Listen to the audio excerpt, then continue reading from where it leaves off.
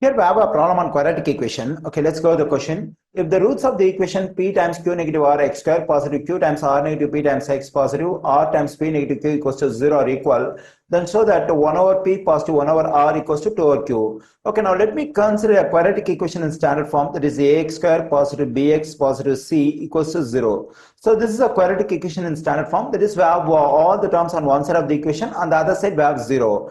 Usually we'll have two roots for a quadratic equation because the degree of the equation is 2. Okay, and if both the roots of a quadratic equation are equal, then the value of the discriminant b square negative 4ac equals to 0. Actually, b is the coefficient of x and a is the coefficient of x square and c is the constant term, and this expression b square negative 4ac is called a discriminant. If both the roots of this quadratic equation are equal, then the value of this expression, that is the discriminant, equals to 0. Okay, now let's consider the equation we have in our problem. So here we have x square term, x term and constant term. So it's a quadratic equation in standard form because we have everything on one side of the equation, and the other side we have 0. And also the question says the roots. Roots means the two roots of this quadratic equation are equal. Since the two roots of the quadratic equation are equal, then the value of this discriminant b square negative 4ac of this equation must be equal to 0.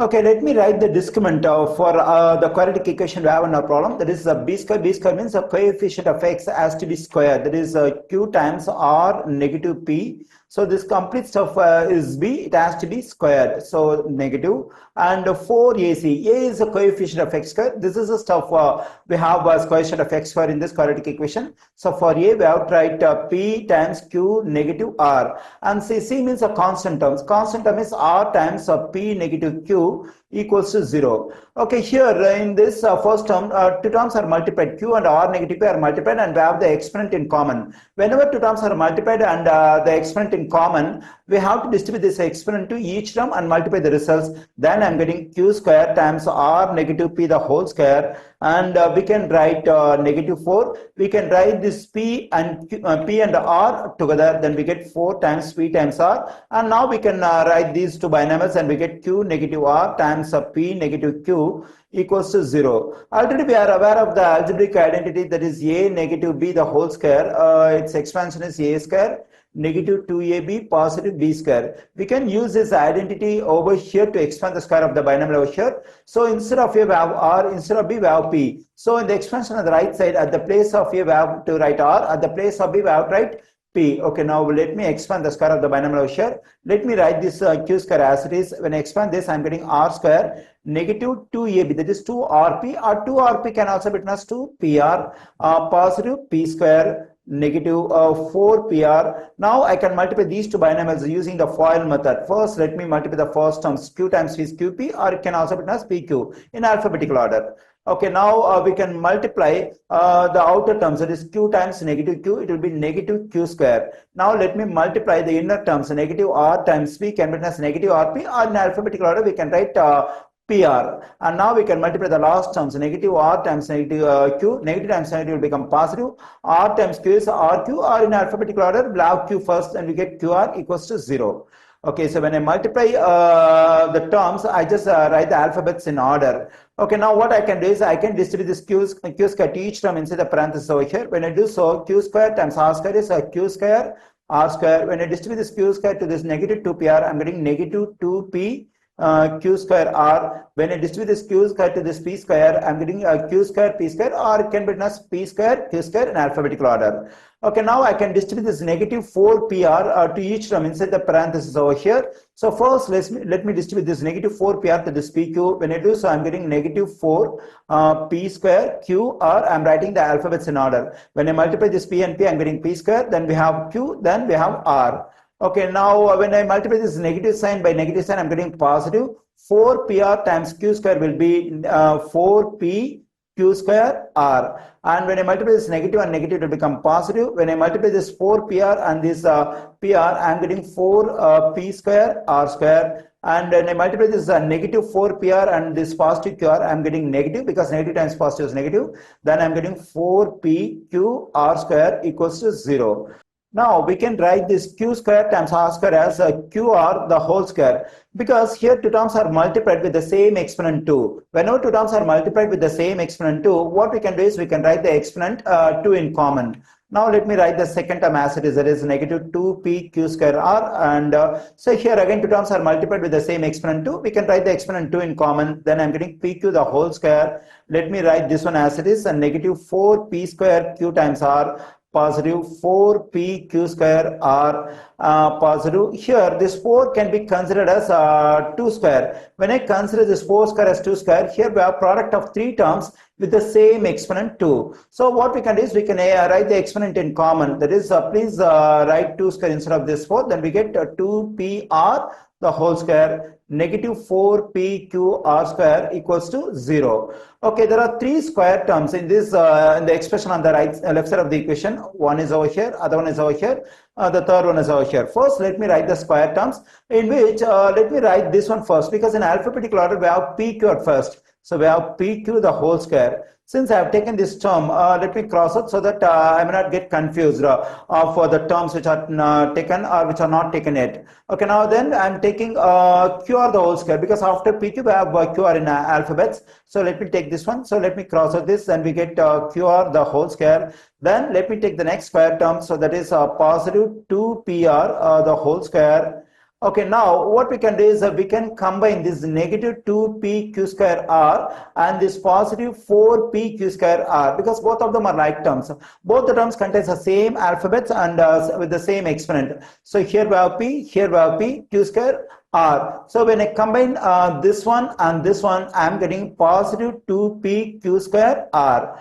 Okay, now we have 2 more terms left. This one, let me write this one next. Then we get negative 4p square q times r. At last, I am taking this one, negative 4p q r square equals to 0. Okay, let me continue on the next page. Let's continue. This is the last step we have had on the previous page. Okay, now let me consider an algebraic identity, that is the square of a trinomial, that is a positive b positive c the whole square. Its expansion is we have to write the square of each term inside the parenthesis over here, and we have to add them all. Then I'm getting a square positive b square positive c square. Then I have to take positive 2. We have to multiply the first term and second term, that is 2ab. Again I have to take positive 2. I have to multiply the second term and third term, that is 2bc. Then I have to take positive 2. I have to multiply the first term and last term, that is 2ac. So this is the expansion of the square of the trinomial we have over here, a positive b positive c the whole square. Okay, here why do I consider this particular algebraic identity here? Because here we have 3 square terms added, so it's exactly in the form of a square positive b square positive c square. So to simplify this expression, that is I'm trying to write this expression as a square of a trinomial. For that I have considered this identity. Okay, let me write the first 3 square terms because they are exactly this form, a square positive b square positive c square. Let me write over here pq the whole square positive qr the whole square positive 2pr the whole square positive. The next term has to be in the form of 2ab. So to identify the term which represents 2ab in these 3 terms, what I am going to do is I am going to evaluate this one, that is 2ab. Let me write over here 2ab equals to 2 times instead of a, what do we have in our problem? We have pq, because at the place of a square we have pq the whole square. So for a we have pq. So let me plug in pq for a, and for b we have qr. Let me plug in qr. Then I'm getting 2 times. When I multiply this pq and qr, I'm getting pq square r. Okay, so here I find this one exactly over here, 2pq square r. So this one represents a 2ab. So we can write this one exactly in the form 2ab. That is 2 times. Already we got over here. That is 2 times pq times qr. Okay, now we have to identify the term 2bc. Okay, 1 second. Let me erase the stuff over here. Okay, for that the same thing we have to do. We have to write 2bc. Then we get 2 times. So for b we have qr. Let me write qr over here. And for c we have 2pr. Let me write over here 2pr. Okay, then we get 2 times 2 is 4. Then when I multiply qr and pr, I am getting 4p qr square. So we get 4 p q r square over here. We can write next over here, but it has to be written exactly in the form of 2bc. So here we can write 2, and for b already we know that qr and 2pr. So we can write this stuff for this one. Let me write it 2 times qr times 2pr.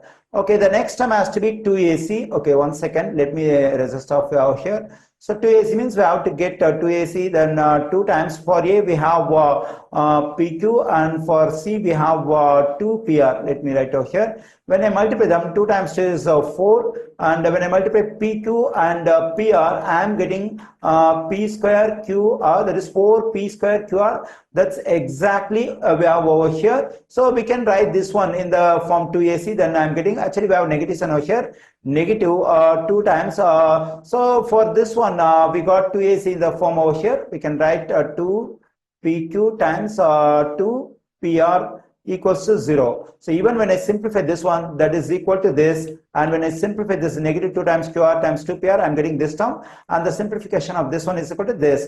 Okay, now we got the expression over here in this form, A square positive B square positive C square, but we can see a change. That is, here we have all the 3 terms, 2AB, 2BC, 2AC are positive, but here only the first term 2AB is positive, the remaining 2 terms are negative. So what can we do in this situation? So for that, let me consider some changes in the identity over here. So here we have 2AB and 2BC. I assume instead of positive sign over here, and here I assume negative. Let me change negative sign over here. That is, 1 second, let me change the negative. So let me change this positive as a negative. Then I'm getting negative 2AB, negative 2BC. Then what changes should I make over here if the first 2 terms are negative? So now what stuff do you find in common in this 2AB and 2BC? We find 2 in common. So we don't consider the number that we find in common. So what letter do we find in common in this 2AB and 2BC? We find B in common. Since we find B in common and both these terms are negative, so what we have to do is we have to consider, instead of this positive sign, we have to consider a negative sign over here. Then so the stuff on the left side will become A negative P positive C the whole square. Okay, here what if the last 2 terms are negative? Let me erase the stuff and write the stuff over here. Okay, if the last 2 terms are negative, let me change the signs of the last 2 terms are negative, because in our problem the last 2 terms are negative. That is, I consider negative sign over here, negative sign over here. Okay, in these 2 terms, apart from 2, what do we find in common? We find the letter C in common. So here on the left side, the C has to be negative. Let me write it over here. 1 second, let me erase and write it. So when the last 2 terms are negative, in the last 2 terms apart from 2, we find C in common. So here on the left side in the square of the trinomial, the C term has to be negative. Now let's do this. So for this expression, now we can write the trinomial. So first we have to write A means PQ, and so here B has to be positive. That means positive. For B we have QR. Okay, let me write it. So here the last 2 terms are negative. In the last 2 terms, we find 2PR in common. That is, we find C in common. So this 2PR must be negative over here. 2PR the whole square equals to 0. So this is the square of a trinomial that is equal to the expression we have over here. Okay, now what we can do is we can try to get up this square we have over here. To get up this square, what we have to do is we have to take square root on both sides. When I take square root on both sides, the square root and square will cancel out. Then I'm getting PQ positive QR negative 2PR equals to 0. Okay, now let me add 2PR to both sides. Just a moment. When I add, so this is a negative 2PR, positive 2PR will cancel out. Then I'm getting PQ positive QR equals to 2PR. Okay, now let me continue over here. So here, just a moment, let me write the same equation, PQ positive QR equals to 2PR. Okay, now what I'm going to do is I'm going to divide each term of this equation by PQR. Let me divide the first term by PQR, and second term by PQR, and third term by PQR. So here this PQ and PQ will cancel out, and here this QR and QR will cancel out. So here this PR will cancel out, here P and R will cancel out. Then I'm getting 1 over R. Here we have 1 over P, and the right side we have 2 over Q. Okay, in alphabetical order we have P first, so we can write this 1 over P at first. Then we get 1 over P positive 1 over R equals to 2 over Q. So this is what we have to show according to the question. That is the sum of 1 over P and 1 over R is equal to 2 over Q. So I have shown the result.